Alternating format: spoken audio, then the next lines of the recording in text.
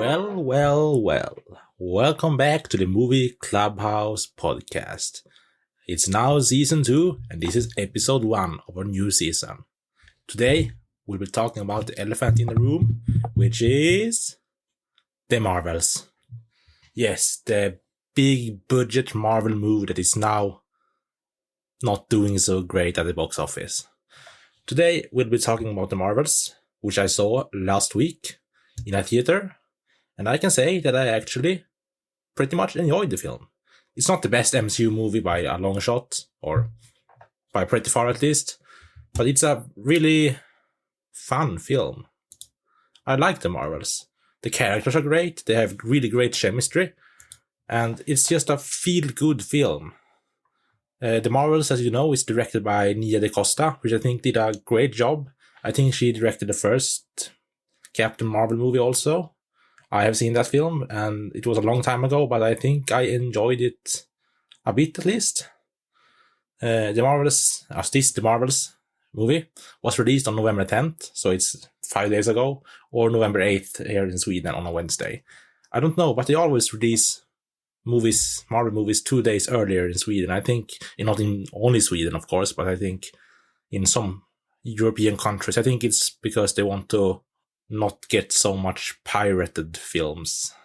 Because earlier, I think they usually released some films later in Europe or in some countries. But now they do it earlier to avoid the films getting pirated. That's good, of course. I love getting to see the movie a little bit early. That's always nice. I wish someone invited me to a press screening for once. Marvel, if you hear this, please invite me to a Swedish press screening in maybe Stockholm. I would be so happy to see a Marvel movie early and get to review it. But here it is, The Marvels. The Marvels also stars Brie Larson, Iman Vellani, and Teyonah Parris.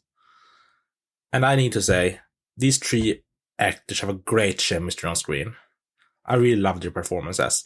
But Iman Vellani is doing such a great job with her character. She definitely steals the show in some scenes. There are some scenes that are really funny with her. But either way, The Marvels is not looking too good at the box office. Why can that be? Well, we have a certain, maybe, Marvel fatigue, if you would put it like that.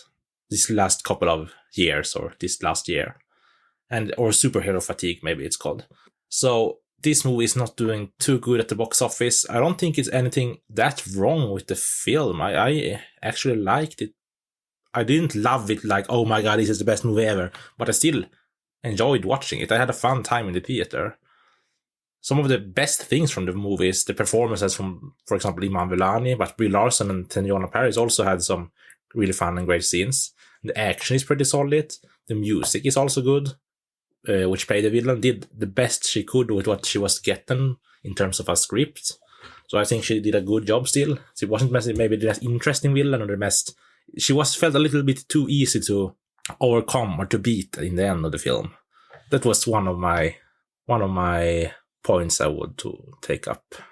There are certain weak points in the film. That's of course. There is weak points in almost every movie. But I think this film has been getting a little bit too much hate. Because it's pretty fun to watch. And if a movie is fun to watch, it doesn't need to be the best movie ever made, but it's a fun experience. It's a fun theater experience. So I enjoyed watching the movie. When you go back to it and dissect it a little bit more, you may find some problems with the script and some problems with the story. But that was not anything I was thinking about when I watched the movie first time.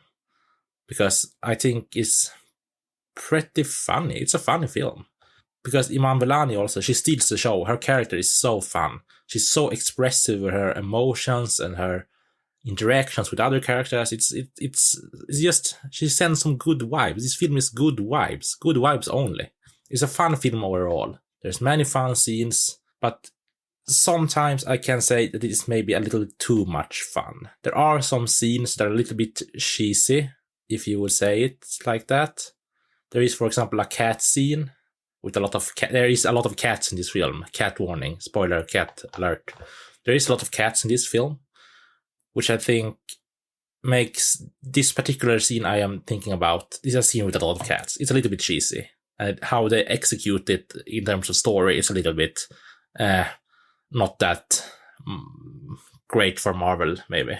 I don't know how I would have done it any different, but maybe not that cheesy. Overall, in terms of VFX, I think the film looked great. It was nothing Oscar-winning or award-winning, but it still looked pretty solid. There was nothing that I can think back on that was like, oh, that looks pretty bad. Like, for example, the last bad Marvel VFX I remember now was in No Way Home, when there was a particular scene with Tom Holland which looked a bit bad. And then we have Thor Love and Thunder, which had a pretty bad scene also, I remember. Ant-Man and Wasp Quantumania was like in the middle. It wasn't the best, but the VFX still looked okay for a superhero movie. But the music in this film was surprisingly good, actually.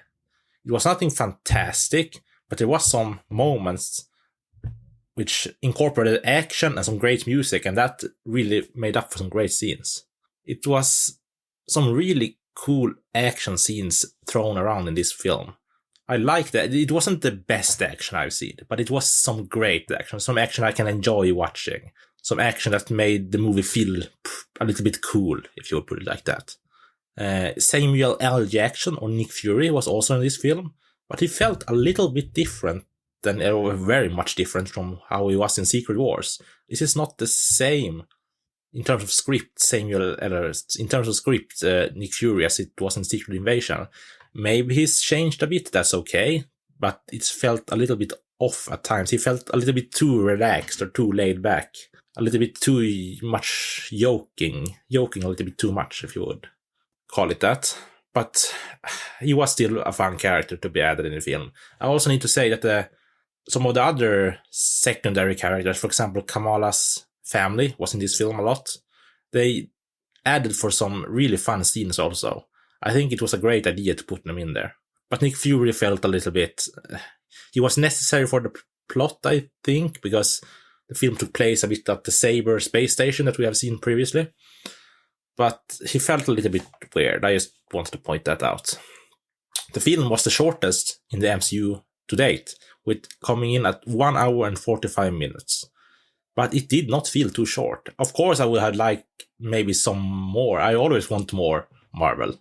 Or almost always. Not always, though. But almost always, when the movie is good. I could have done like 10 minutes extra just for the fun of it. But 1 hour and 45 minutes, it felt like the story was spaced out evenly, and it felt like it did the time justice. We also need to point out the very exciting after credit scene that you absolutely need to stay for. It's it's not very fun, it's exciting. I will not spoil it, but it's an exciting after credit scene that you need to stay for. Or there is maybe, I think it's only one after or post credit scene, but there is two of the end scenes that are pretty exciting. One involving Teyonah Parris and one involving Iman Vellani. Both of them are pretty exciting, and there is some fun cameos sparkled in there, which we always love to see. I think the ending of the film was reasonable. I don't know if it came a little bit too quick or too early. Like, So Ashton's character was a little bit too easy to defeat, but I think the ending was okay still. I don't know if there were any plot holes in this film. I don't know if I can think about any. One is because, as we know, Iman Vellani's character Kamala Khan, or Miss Marvel, has one of these bangles that give her the light powers that she uses to make her hands longer and etc. But there is one more bangle in this film that So Ashton's character uses. And in the end, Iman Vellani gets these two bangles. She can wear them without a problem, while So Ashton's character cannot really wear them both. Or she can, but it doesn't end that well for her, if I would say that. So that's a plot hole, maybe. And this scene with the cats, it was funny, but it's also a little bit too not really... Nothing regarding superheroes is realistic. But this cat scene felt a little bit too unrealistic in the unrealistic part of the movie. I think the swapping ability that they had in the movie, that when they used the powers at the same time, Iman Vellani Brie Larson and Teyana Paris, when they used their powers at the same time, they swapped places with each other as a physically swapped places. I think it was a gimmick, but it was a very fun gimmick to see on the big screen. So I pretty much enjoyed that. It was a fun addition to the film. I don't know if I would have liked to see a lot of it, like more films with that same gimmick, but it was fun for a while at least. I had a fun time watching this film. It's not the best MCU movie, but it doesn't need to be. It was just a fun time watching it. It added to the overall picture of the MCU, the larger picture, which I always think is important, that the big story keeps being built on. It's always nice to see some projects that are more standalone, but I like this larger picture of the whole MCU. I also want to say that there maybe was a bit too much shown in the trailers and teasers of the film. In the promotional material, we got to see some stuff that I would not have wanted us to see, that made us really think and maybe guess what was going to happen in this film. So that is a note for Marvel. Show less in the promotional material. But we also need to talk about Goose. And if you don't know who Goose is this cat that was in the first Captain Marvel movie and is now back in the Marvels. He's a space cat, if you would say that. He has some interesting alien-like abilities, but Goose is a pretty important part of this movie still, and it feels pretty great. It's a fun addition. It's another of these fun additions to the film. I don't know if I would want him in every Marvel movie, but if he shows up for a cameo, one here and one there, I think that would be pretty nice. Overall, these three characters in the movie have a great character chemistry, and that's what makes this movie such a fun time. The great character chemistry, the cool action, and just some of the fun scenes that maybe gets a little bit too fun at times, and it doesn't feel like Marvel anymore, really, for those particular scenes. Overall, it's a okay Marvel picture. I want to give a last applause to Iman Vellani for a great portrayal of Kamala Khan. I hope to see her in many more projects, because her character is such a joy to get to watch and to grow with. I really like her character. Not to say that Brie Larson is also a great character, and Teyana Paris. I love to see them in future projects as well, if it's possible. But Iman Vellani really did steal the show for this project. That was all for the Marvels. We have now talked about the big elephant in the room for the last couple of days. I enjoyed the film. I would recommend that you go watch it either way, even if you have heard some bad stuff about it or that it isn't that good. I think you should go and see for yourself, because it's a pretty fun movie either way. It maybe isn't the best film in terms of overall construction of the plot and the writing, but it's a fun time. You can go watch it only for that, I think. It's a great time. I have been Eddie for the Movie Clubhouse. This has been our premiere episode for Season 2. I hope you liked it.